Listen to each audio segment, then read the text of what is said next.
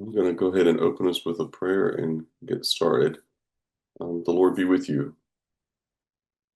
eternal God, in whose perfect kingdom no sword is drawn but the sword of righteousness, no strength known but the strength of love. So mightily spread abroad your spirit that all peoples may be gathered under the banner of the Prince of Peace, as children of the one Father, to whom be dominion and glory, now and forever. Amen. Greetings to one and all, and welcome. My name is Sonny Brown, and I chair the Bishop's Task Force on Gun Violence Prevention. And we will be having a conversation tonight to help safeguard our hearts and safeguard the holidays. We will be moving through topics as advertised in Please Note that will include things to safeguard your hearts in the holidays. Having a gun safety conversation with those you plan to visit or who are visiting you about guns in the house and safe storage resources, things to consider with gun-related gifts, awareness that the holidays are not joyful for everyone and how to be mindful and supportive of that in this time.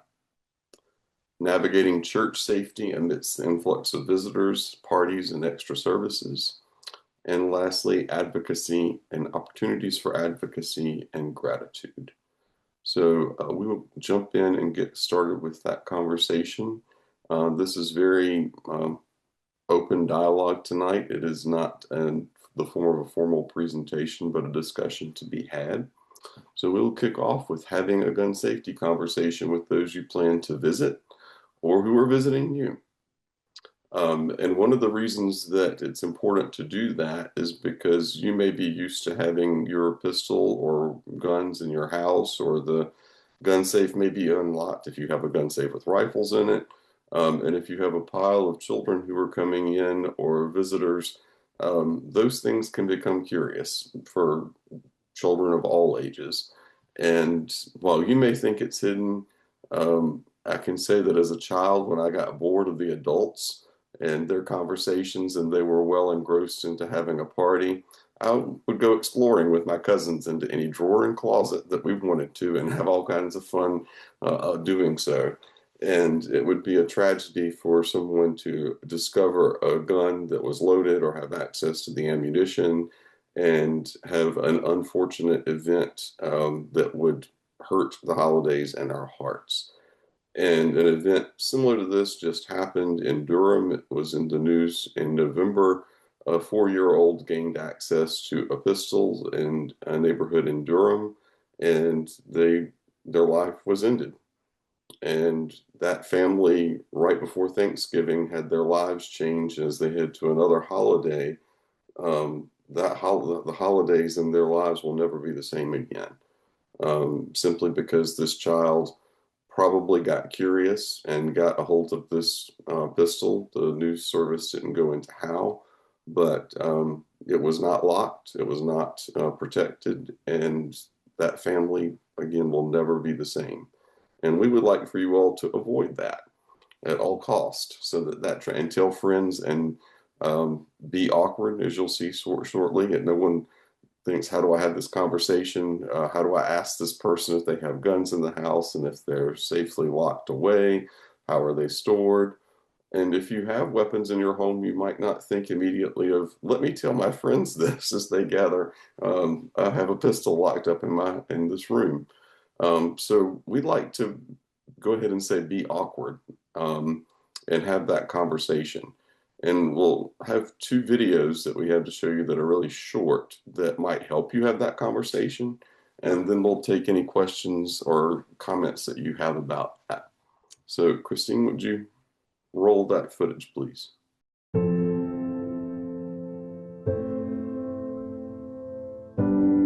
Okay, so before we come over, can I ask a few questions? Yeah, sure. Do you have any pets? Yes, we have a dog, but she's little. Do you have any unlocked guns around the house? We do have a gun, but it's stored securely, locked in a safe that the kids can't access. I appreciate you asking. Yeah, of course. So does Friday work? Sounds good to me. All right, we'll bring pizza.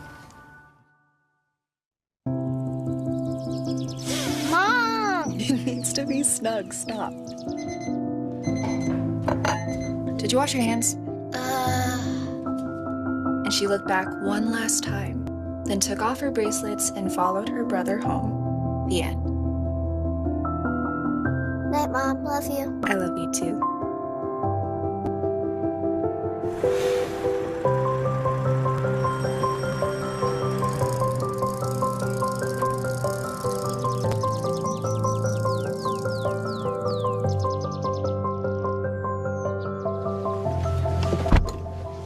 You buckled?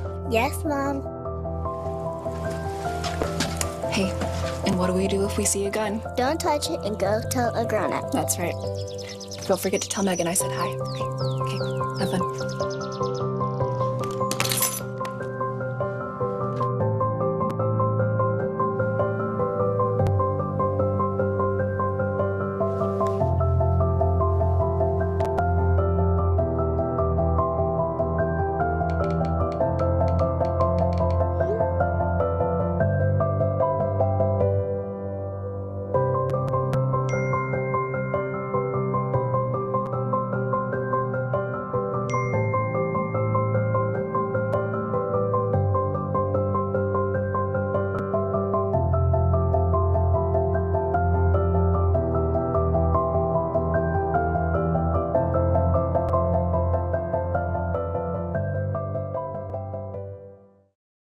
Thanks, Christine. So let's unpack that for a minute. How did you guys feel about that?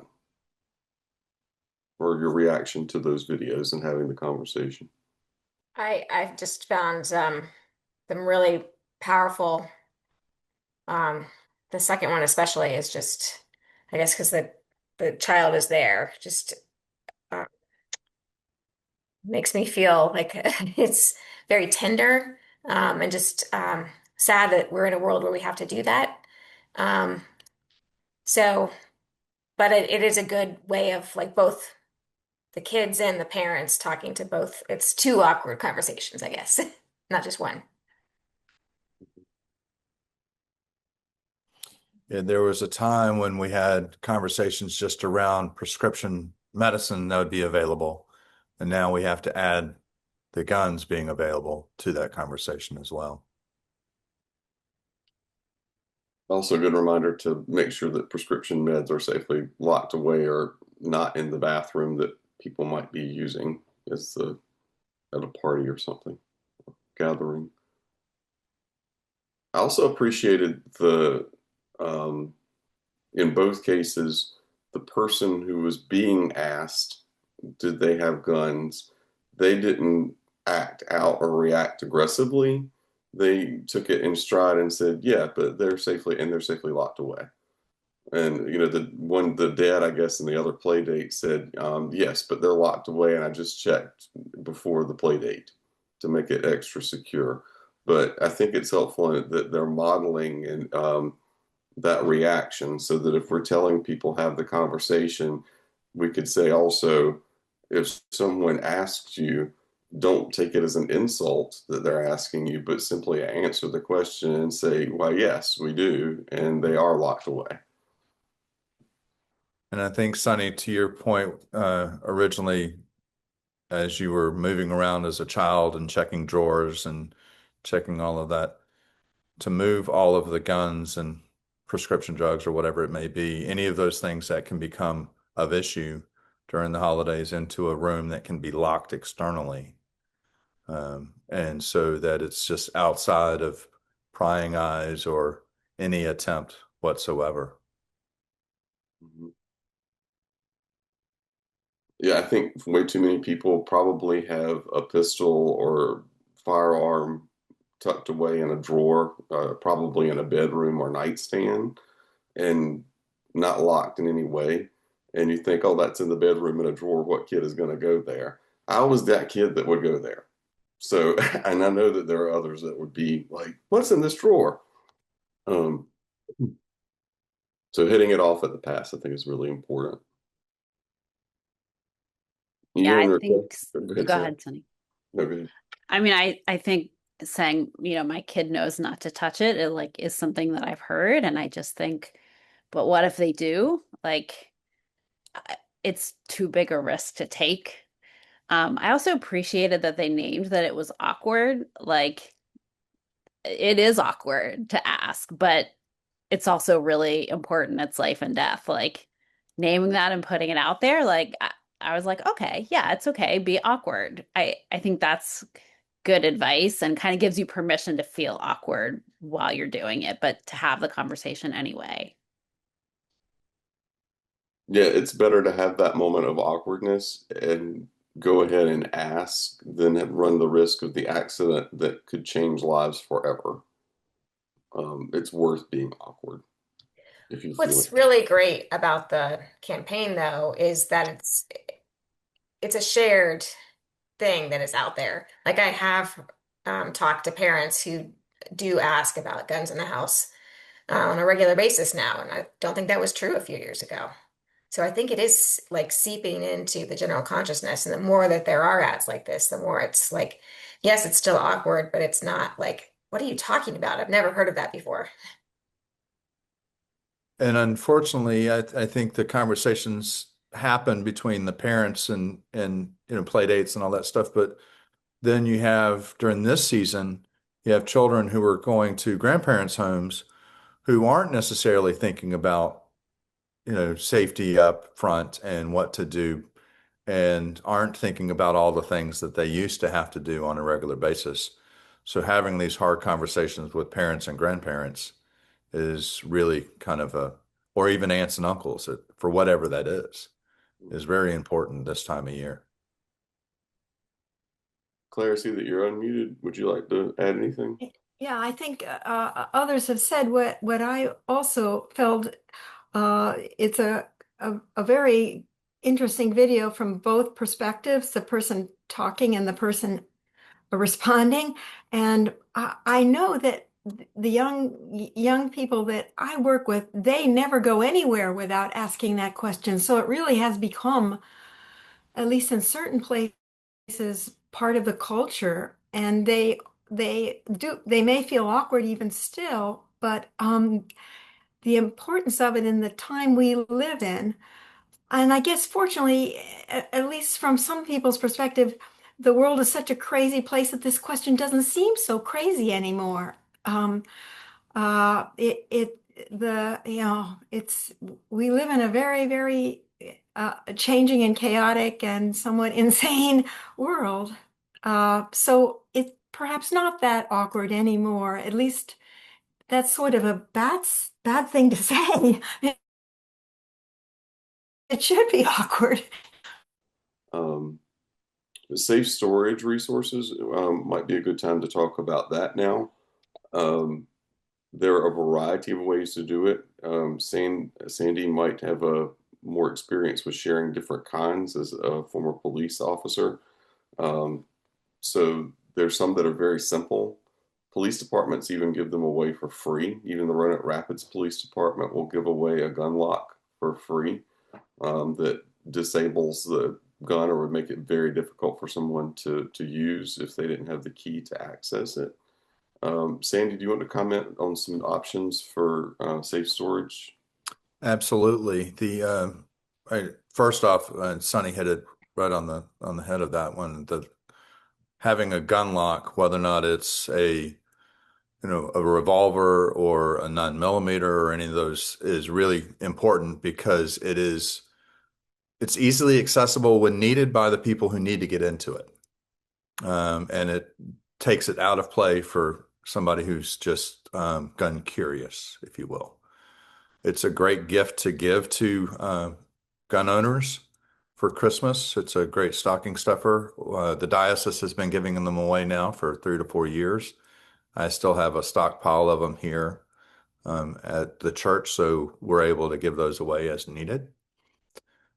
But let's talk about what it is, as Ian said, to have a family member who is an open carry. Part of the struggle with that is, well, what if they're in a position where they're not going to be open carry, but they've kept it in their car? Many, many times people will have it in what they'll call a gun case in their car, and they may keep it under the driver's seat. Well, unfortunately, many people understand that that's where the guns are kept. And so when people go trolling and they find an open car door, it's really easy just to grab it quickly. So one of the things that we've been advocating from this community is if you know somebody who has one, that you invite them to make sure that they put it into their trunk. Just take the gun out of from underneath the seat, put it into the trunk, and make sure that the trunk cannot be accessed by the quick button inside the car. That it actually is you have to manually get into the trunk through the separate key or through the fob as it is. That's really kind of the thing that we see most often, that there is an expectation that it's safe, but it's really not. Even just to break a window and to go after that is a quick and ready. And then not only is that gun open to the street, but if it's a registered gun, it then falls back on the owner if something nefarious happens. But in the household, going back, and I think we hit a little bit on that already, is making sure that there's a safe, that the gun is not just in the safe, but if it's a 9mm, that you don't have one in the chamber and you don't have the gun loaded by any means, that the bullets and the cartridges are actually kept in a separate location, known to the people who were using it. We're not necessarily saying that guns shouldn't be around. It's just gun safety is really the priority here. And so if they're locked up, then they're locked up in 2 or 3 different ways. And I'd rather have the conversation, the hard conversation, as it was expressed earlier, making it uncomfortable with people, whether or not it's our children or our uncles or our grandparents, about this issue, than to have the conversation about, well, now we have to deal with a funeral. And that unfortunately is the two options that we have here. And I'd rather have the awkward conversation. Mm-hmm.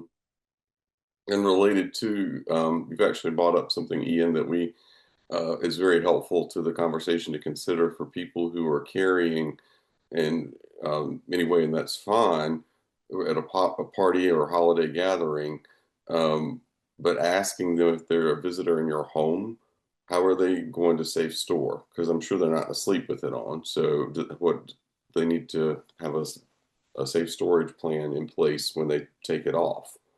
So how is that going to transpire? And then guns and alcohol don't mix. Like if this is going to be a drinking party, then someone should not be wearing a gun on their person or have it out. It's unfortunate to think that that would even happen. I'm sure it does, but that's one thing that if you're hosting it, or you're at the party, insist on, or say, please, I'll need you to take that off or lock it in your car.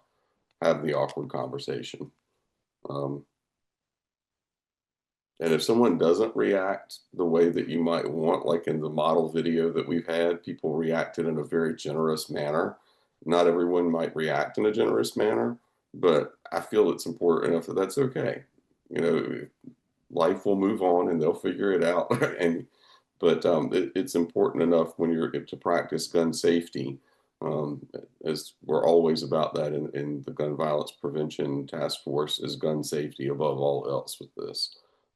We're not out to take everyone's weapons or say that pistols are bad, but safe storage, safety, using guns in a safe way is paramount, especially safe storage. But yeah, right. hitting on the holiday, like if you're carrying, how are you going to have safe storage for the one that you're carrying? Sandy, could. Sarah mentioned earlier that the comfort that's offered when a parent asks about the child, and even in the video there was that reflection on, well, the child knows, and it was kind of like what we used to say no to drugs. Now it's like say no to guns as a child. But the part of the issue that we have to also be aware of in these seasons is that even though our children may know that fact, that doesn't mean that all the other children in the room know that fact.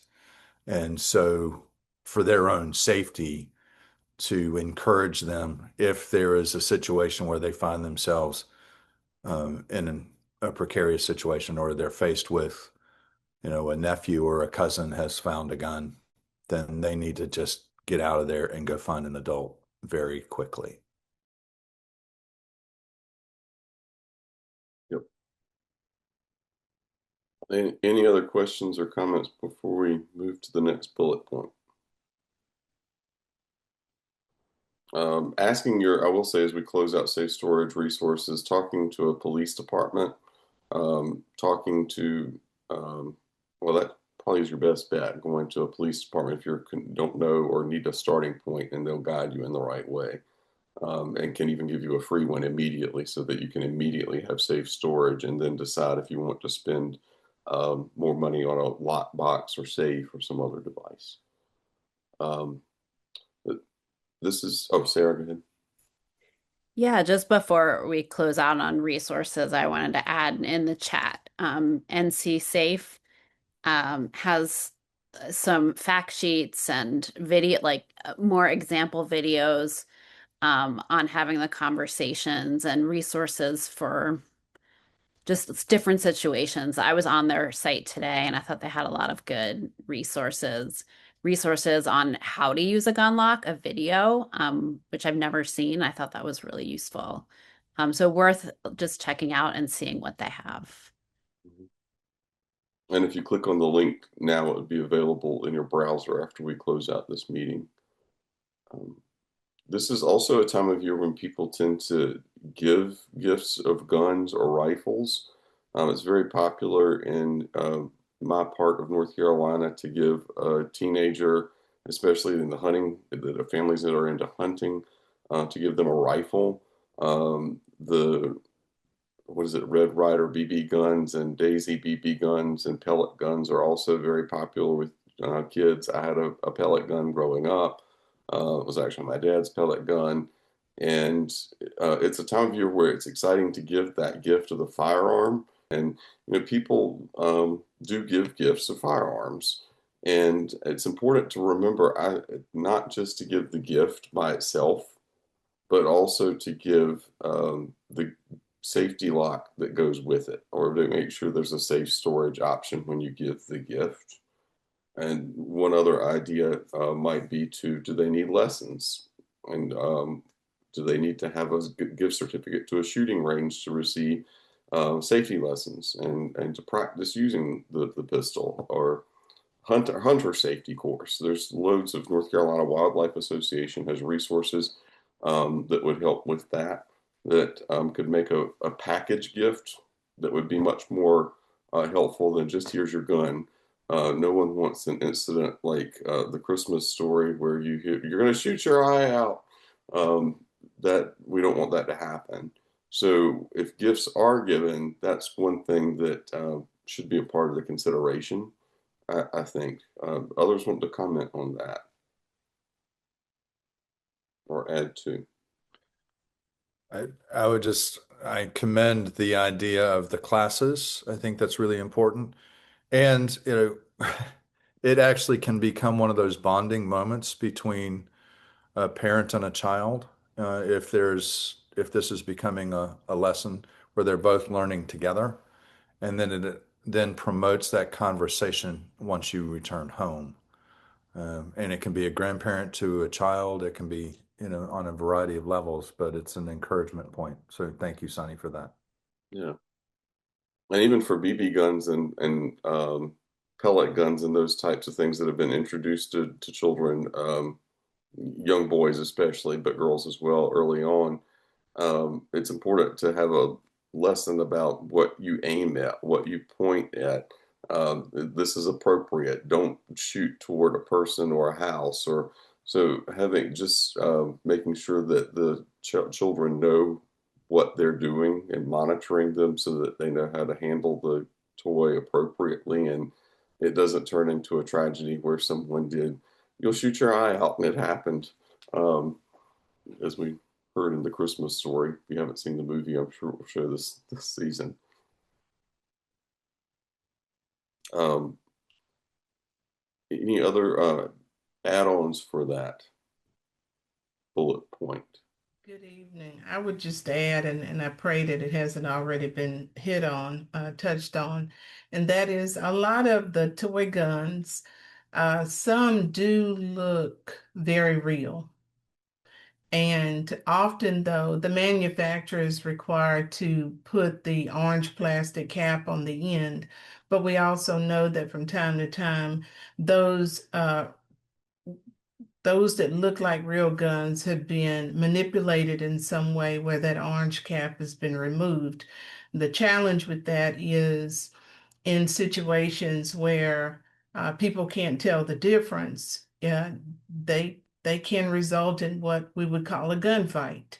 And so for parents who are giving those their children, those ones that are very much replicated to look like the real gun, also pay attention to that toy and making sure that that orange cap is on there when kids are playing with it so that there is no question about the type of gun that they're playing with versus someone mistaking them to be utilizing a real weapon. Thanks, Cassandra. We had not covered that point, and it is appropriate to mention because those orange caps are easily manipulated or could be. I mean, all it would take is a Sharpie, a black Sharpie, and a kid would have a good time doing that and fix it so it looks very much more real. Um, so thank you for bringing that up. Okay. Awareness that the holidays are not joyful for everyone and how to be mindful and supportive of that. So the topic for this is that it can be hard for a variety of reasons. I mentioned the holidays would be changed forever for the family in Durham that experienced the loss from the accidental shooting of their 4-year-old child. Um, that's something that is impactful, and that for many different reasons, the holidays can be a challenge for people emotionally. It's not always the most wonderful time of the year, as the song goes.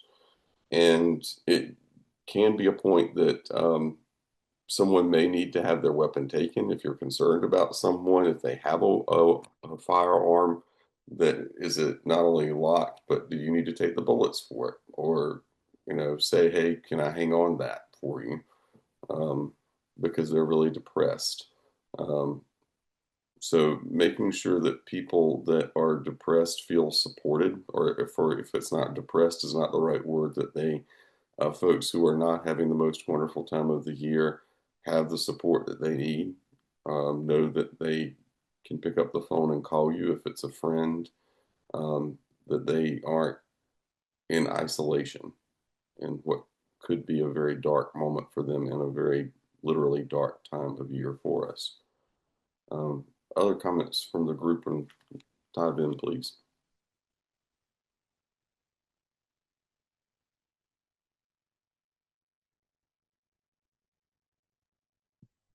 I would just say that this is that time of the year, and we've talked about it in other series, where if you see something, say something.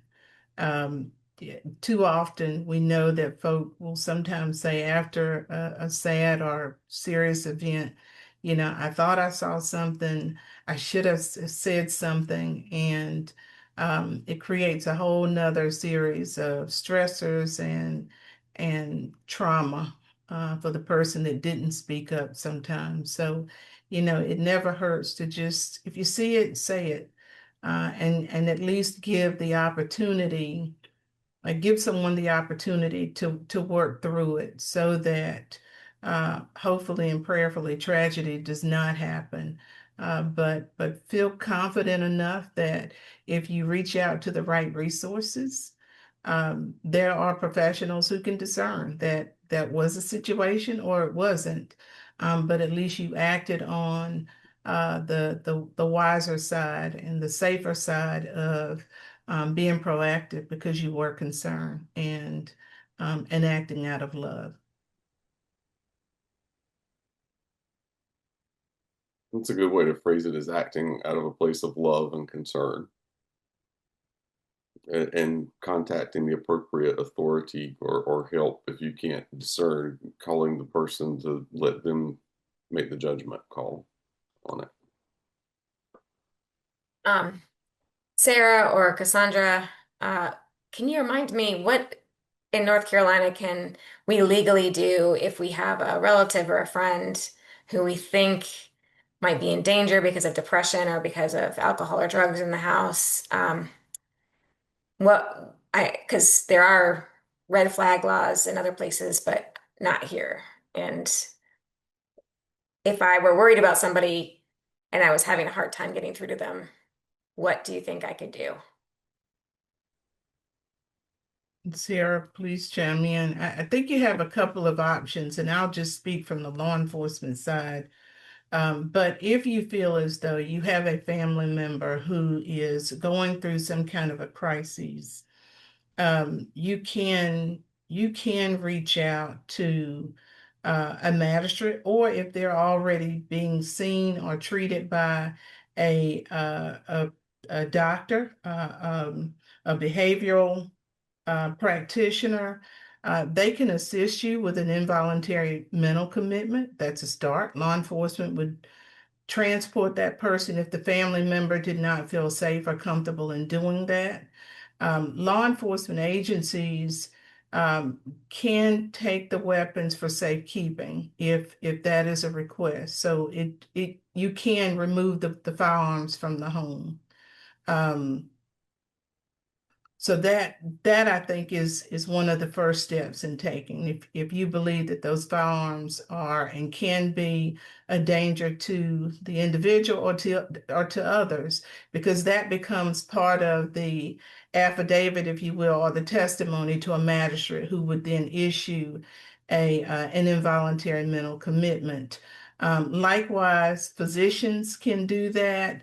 Mental health practitioners can do that as well, by simply having a family member reach out to that person who follows up with the patient and deems it necessary to have that order in place. And sometimes you see it where family does it, and sometimes families not comfortable in doing it. And so they do reach out to the necessary practitioners to assist in that space as well. The important thing again is if you see something, you say something, act on it and let the necessary the appropriate professional resources address the issue. And there are times where people have been involuntarily committed and they get to the institution or the hospital, and through that initial review, it is seen that they really don't need to be hospitalized.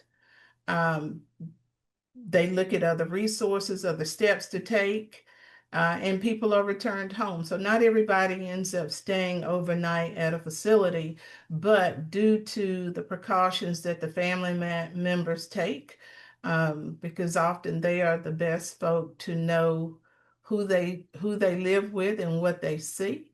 They're able to make those necessary calls on the front end, and then you let that third party physician or behavioral practitioner address the issue and look for a path and for treatment and help going forward. Um, so there are resources out there, and then there are the hotline resources as well, 988.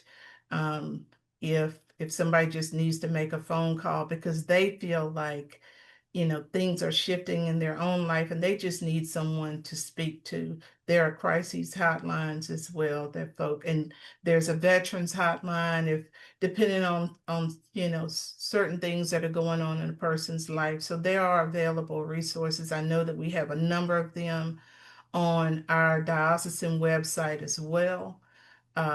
And so I would just encourage anyone to take those necessary steps going forward.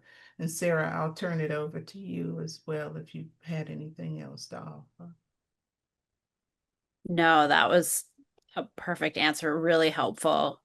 Um, the only other thing I might mention for someone who, if you're having a conversation and hear that the person might want to surrender their weapons like of their own accord, that NC Safe website that I put in the chat has a map of places across the state where they'll take your weapons if you want to surrender them.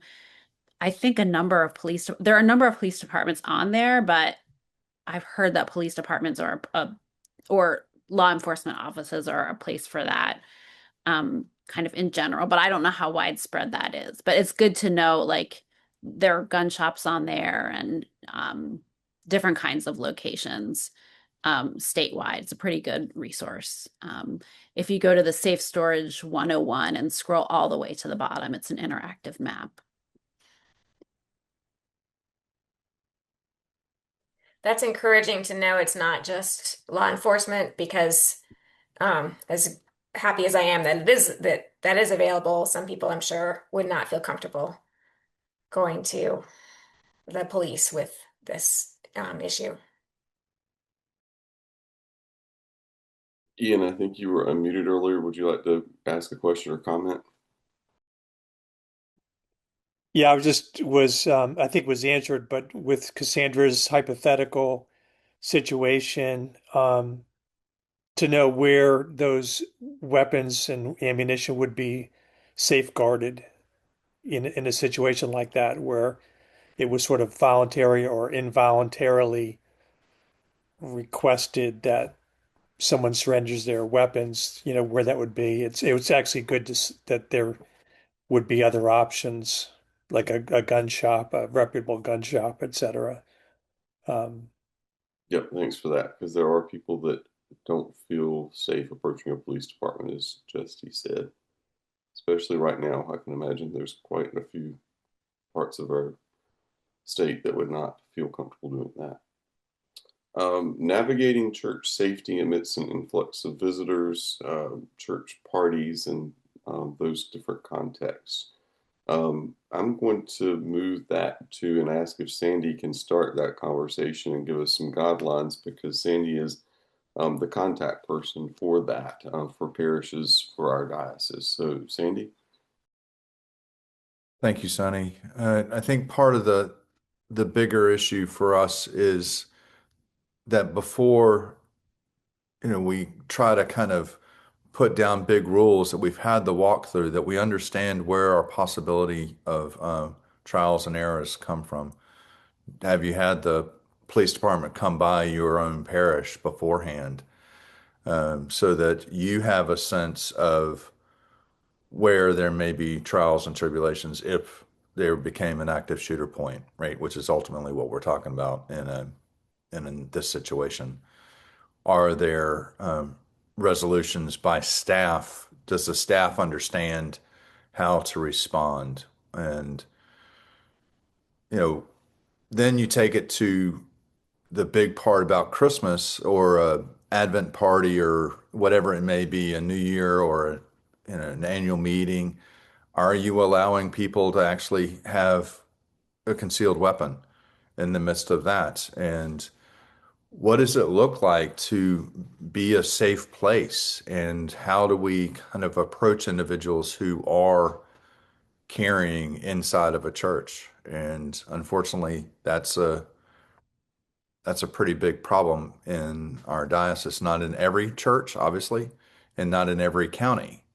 But throughout our diocese, we do have pockets where it is more of a norm. And having an understanding of how your parish is going to react is part of what we as a community have been doing. We can go into your parish and we can talk to the vestry, we can talk to the rector or the priest in charge or whoever it may be, and talk about all of these dynamics on a one-to-one basis and corporately within the leadership.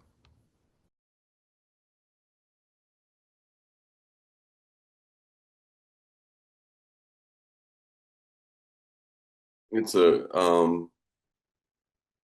chance, I think, to make sure that everyone is ready to have the conversation that Sandy's talking about, that I can imagine having a holiday party at church in some context, and someone is a guest, because hopefully that's a situation where you do have people from your community coming in and it's not just your church, but someone may arrive and be a concealed carry person or be even openly carrying. How do you handle that? And or this as your if your staff, you as the priest, or leaders in the church, vestry, just people, how do you handle it? Um, Right. and I think that comes straight from the safe church reality. And thank you, Sonny, for bringing that back up. The very same thing that we go through the process of watching and being observant when safeguarding our children or safeguarding all different elements of our community. This is just yet one more element to that. We've made precautions throughout the years on how we, up our game. If we're going to have alcohol, for instance, there's always a designated person who is at the point at the table when the alcohol is being served. Are we having an understanding within our leadership of what they do when they see somebody openly carrying inside of the parish? How does that person, approached? Who does the approaching? Having a protocol in place is really important. Again, it's one of those things that it's better to have the conversation, to have an understanding of how one moves through it, than to come on the other side and have to do an after action report.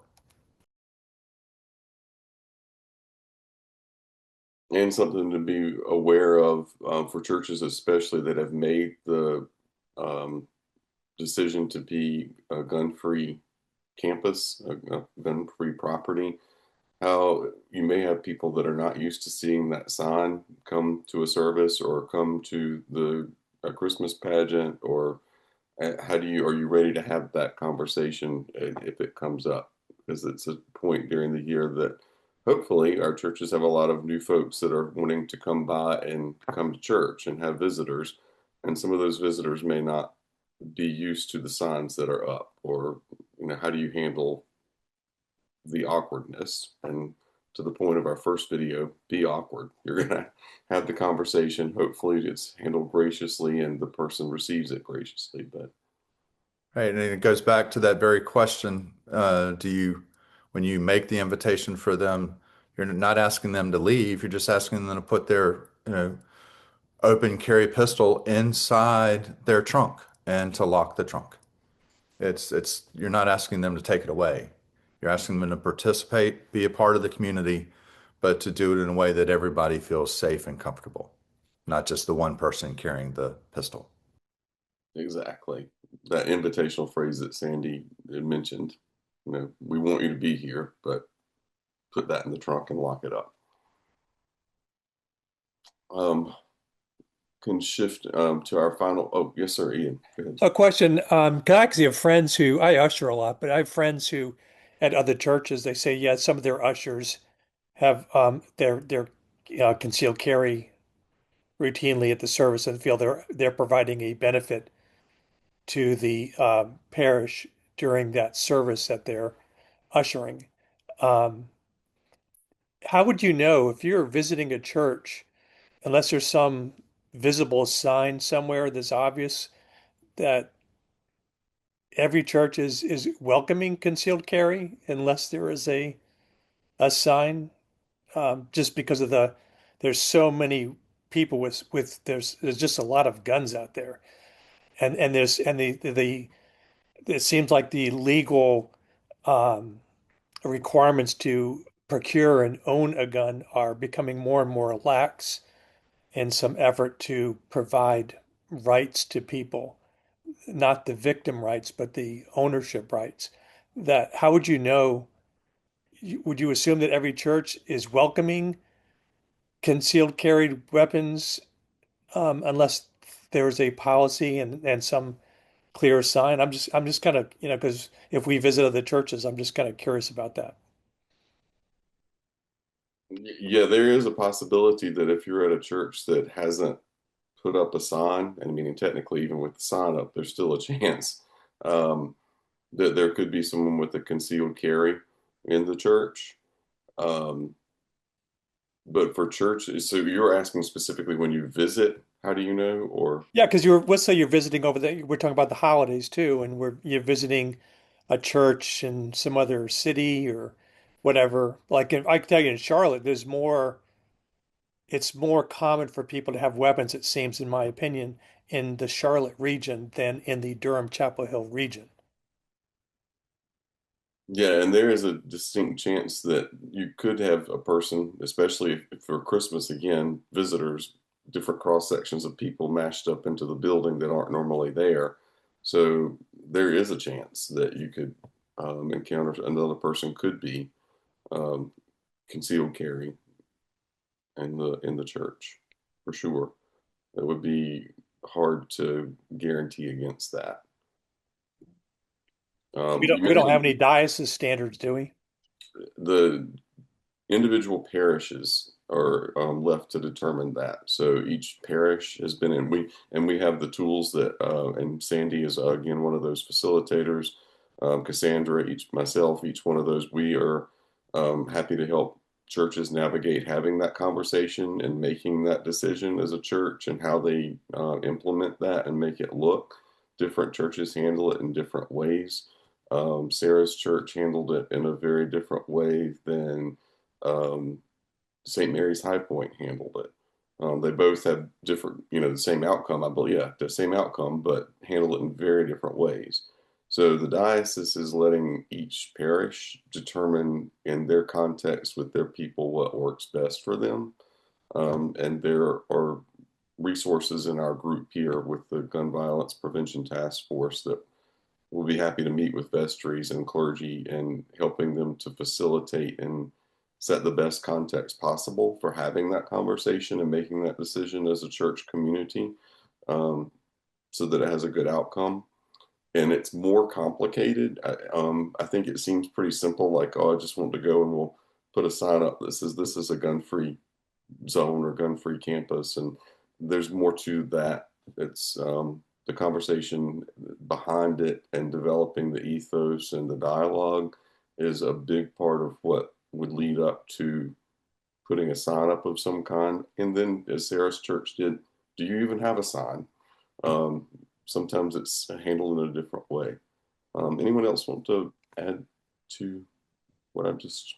I think, Sunny, you said it really well, that it's more complicated than you would think, but signage is a huge part of the conversation. So, um, ideally there would be something signage wise that, or in the bulletin or somewhere that would make it very clear the policy on guns. But exactly how parishes want to do that and where they want to put the signs and what the signs say, that's why this we can be a resource to help parishes work through that. Yeah, so some churches that you could go to will have had that conversation, but not all. Um, Not all churches have. And when you visit diocesan offices, diocesan house in Raleigh, that is still a weapons-free zone when you go to diocesan house in Raleigh. But that it only pertains to diocesan house. So, and one other to the point that, and we'll move to our last as being advocates. Um, you mentioned that some ushers had started wearing firearms because they felt like it was providing a measure of safety.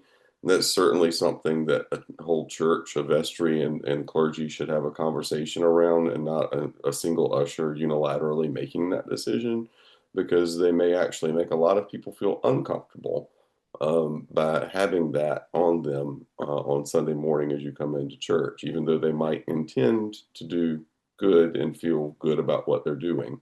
The other that, and I've heard our two police chiefs, Cassandra Deck Brown, retired Raleigh, and Sandy Myrtle Beach, Charleston, South Carolina. Charleston. I knew it was South Carolina, wrong part of the state. Apologies. Um, Say this enough that if there is an active shooter and your ushers were to feel the need or that person to pull their firearm and protect the scene or try and do something, and the police have been called, when the police arrive, they aren't going to stop and ask, like, they're going to disarm people, and someone could get shot. Like the person who thinks they're trying to help could end up shot, um, because that's often in our heads how we think that scenario might unfold is probably not how it would unfold when the police arrive on the scene. Did I do it adequately, Cassandra and Sandy? Absolutely. Absolutely. Police are trained on how to understand active shooter, and active shooter is somebody who is wielding a weapon. So if you're wielding the weapon and they walk in and the usher is the one wielding the weapon, that they're going to respond, and it may not turn out the way that people anticipated. But that is a conversation that, again, that a vestry and clergy should have to decide, do we want people to have a firearm at the door or not? And I can imagine some churches are seriously entertaining that, but it doesn't need to be a single usher decided and they're going to do it. That really isn't helpful. That dialogue that we've mentioned in a couple of ways about coming up to that decision is really critically important to find out what everyone's opinion is. The many different views that are in your church start to come out, and you start to realize, I would have never thought that person owned a gun. I would have never imagined that this person was an avid sportsman. So it all comes out, but it can be a very positive conversation. Awkward, maybe, but be awkward. But the outcome can be much more positive if it's walked through in a thoughtful way.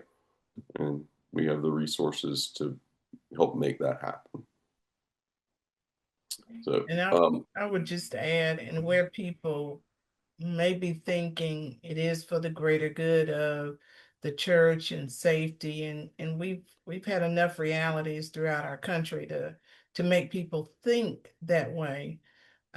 But in their thoughts to minimize threat, as Sandy has already mentioned, when police arrive, you have just enhanced, you've raised it because who the bad guy is. And it just adds a whole nother level of tension to what is already a very serious situation.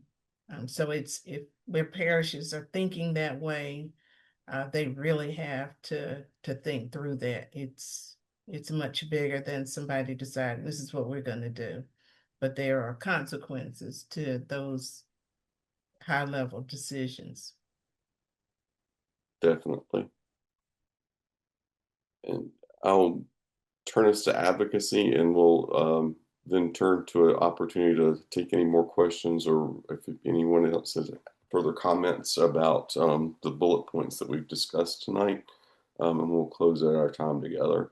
So thank you for all being here, and advocacy is a part of what we would ask you to do, be ambassadors of safe gun ownership, and having the conversations and helping others to have the conversations that need to be had. So be an ambassador of safe gun ownership, and an ambassador of having the conversations, as opposed to, I don't want to talk about it, might be awkward. Be awkward. Go ahead and have the conversation. In addition to that level of advocacy and being an ambassador of responsible gun ownership, and having the conversations, our Sarah Smith, who is a part of our task force, is also a part of North Carolinians Against Gun Violence, and she has amazing resources to help you be an advocate, and to give you the information that you need about what's going on in the General Assembly. That her fingers are on the pulse of the General Assembly, and she knows when meetings are being had and things that we would never be privy to, because we just don't have the time to do that. Sarah knows that. And she has ways that she can help you to advocate by contacting your state senator and state representative to advocate for retaining or putting back in place some of the laws and general statutes of the state of North Carolina that help prevent misdeeds with guns, that are the measures that are there for that help sheriffs and police departments maintain gun safety by keeping them out of the hands of folks that maybe don't need them. So being an advocate for safe gun laws is really important as well. Someone earlier had said that there was our laws were becoming more lax, and they have, and there's still people chomping at the bit to remove more of those layers. So being an advocate and contacting your state representative and senator and telling them to speak out that you're concerned is one of the things that you can do. So others want to chime in because I know we have Sarah especially about being an advocate. Okay, well, I'm happy to share. I think of advocacy as one of our tools, just like um, uh, a gun safe is a tool and a conversation is a tool to keep people safe. Laws are another tool that we can use to keep people safe. So there has been an effort this year to do away with one of our laws that is keeping people safe, and that's our concealed carry permitting law. So a bill was filed this year and passed in our legislature that would do away with concealed carry permits, which would lower the age of public concealed carry from 21 to 18. It would remove the training requirement and remove the background check that you have to have now when you apply for a concealed carry permit. So in effect, it would mean that 18-year-olds with no training and without the currently required background check would be able to legally carry hidden loaded weapons in public, which is a pretty dramatic change to our gun policy in North Carolina. So the bill passed the House and Senate in our legislature, and our governor thankfully vetoed it. The Senate overrode the veto, but the House has not. And so our last chance to keep this bill from becoming law is to keep the House from overriding the veto. They're not scheduled to meet again as a full body again this year. Next year is a short session, so they likely won't come together until the spring. But consistent pressure really is key, so they know that we're paying attention and that this is something that we still don't want to happen. So we have a link here that is written in our language as Episcopalians about why we think this policy is a bad idea. That will, if you fill out the name and information address, it will get you directly to your lawmakers.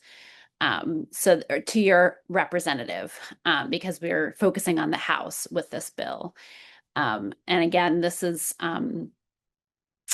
it would be a really big deal. It would be a really big change to our policy and a very dangerous move for North Carolina. Other states that have passed similar laws have seen gun homicides increase, as well as gun assaults or injuries increase. If you take away the training, Hopkins found that gun injuries increase, for example. So this is something we really don't want to happen in North Carolina. So completing that form will allow you to email your lawmaker right away. It's editable, so if the language doesn't feel exactly right for you, you're welcome to play with it a little bit. But a really great way to help make sure that this really dangerous bill, never becomes law. And then if you select like, yes, I forget the language, yes, keep me in the loop or something, yes, email me, it'll keep you on our email list. So that in the future, if there are other actions like this one that come up, we'll let you know when that's happening so that you can take other actions. We promise not to spam you all the time. It's most of the time it's when something is moving in the legislature or some other urgent action is happening. So there's a lot. Any questions about the bill or what we're doing here? Well, thanks, Sunny. Yeah, thank you. If wanted to give anyone the chance to ask a question or a comment if you have something that you would like clarity around from earlier talking points in our bullet list. And being an advocate in your own churches and in your communities for gun safety and you can ask your vestry or church leaders, might we have this conversation in the new year, and have the conversation. The best time to have it is when you don't need to have it. All of a sudden when something has happened that precipitated the conversation, that's when it's like more tense and there's all kinds of feelings around it and people are feeling their feelings. So if you're going to have the conversation, the best time to do it is when you don't have anything else on the table and you can have it in a more calm way and it doesn't have a charged feeling around it. So having that question discussed about firearms on your church premises, worth doing, thinking about in the new year. But if there are no other comments or questions, last call from our panelists, our gun violence prevention task force members. I will offer a blessing and we will head our way. May the sun of righteousness shine upon you and scatter the darkness from before your path.